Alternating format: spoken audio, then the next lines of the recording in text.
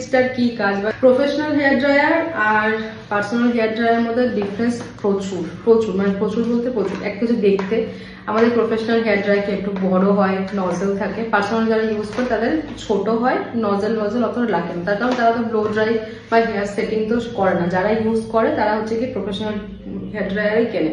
এবার professional hair ড্রায়ারের মধ্যে কি কি থাকে? প্রফেশনাল হেয়ার ড্রায়ারের মধ্যে আমাদের এখানে দেখো দুটো সুইচ রয়েছে, একটা উপরে সুইচ রয়েছে। তো অনেকেই হচ্ছে এই সুইচটার যে ফেসিলিটি সেটা জানে না, বা হয়তো কোনোদিন মাথাও লাগায় না, রেখেছে দিয়েছে কিছু কিছু লাগে না। কিন্তু এটারও কিন্তু একটা কাজ রয়েছে এবং এটা খুব ভালো কাজ রয়েছে, সেটা তোমার সঙ্গে শেয়ার করবো।